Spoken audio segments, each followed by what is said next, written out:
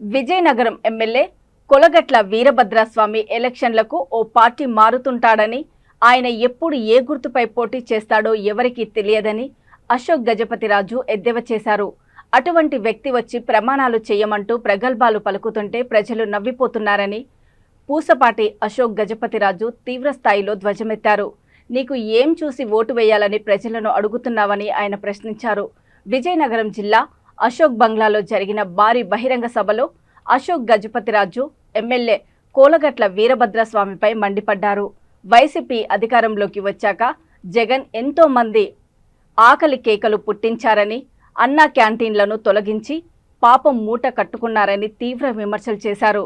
YCP నుండి టీడీపీలో సుమారు 10,000 మందితో కలిసి చేరిన వారికి టీడీపీ పార్టీ కండువాలు పార్టీలోకి సాదరంగా ఆహ్వానించారు. పార్టీకి చెందిన జిల్లా స్థాయి నాయకులు, బీసీలు భారీ సంఖ్యలో కార్యకర్తలు పాల్గొన్నారు.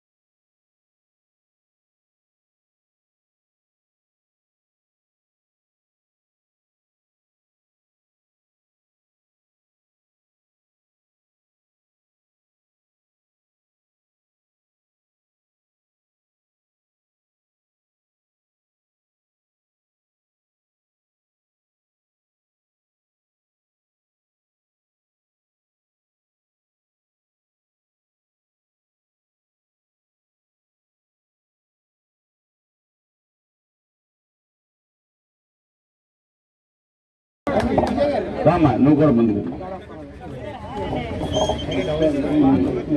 సత్యమని మేడం భార్గవి గారిని వేదిక మీదకి వచ్చి మేడం గారి చేతుల మీదుగా సభ్యత్వం తీసుకోవాల్సింది కోరుతున్నాం. ఓకే, నెక్స్ట్ సీనియర్ నాయకులు మనలోకి జాయిన్ అవ్వడానికి గౌడ అప్పారావు గారు వచ్చారు. ఇప్పుడు ఆయన గతంలో కూడా మనకి మంచి పనిచేశారు. ఒక్క నిమిషం, ఏం చెప్తున్నారు? నెక్స్ట్ రైతు శ్రీనివాసరావు గారు.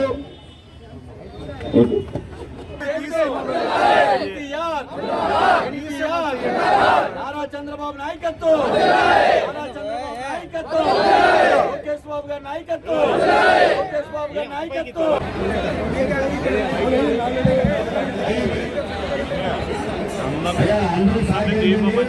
అలాగే జిల్లా తెలుగుదేశం పార్టీ కుమార్ గారికి, అలాగే గౌడప్పారావు గారికి ఇంకా పేర్లు పిలిస్తే అప్పుడు మీదకి వద్దరు. కానీ వీళ్ళు ముందుగా మన వేదిక మీద ఉన్న పెద్దలందరికీ కూడా బొకేతో సత్కరి.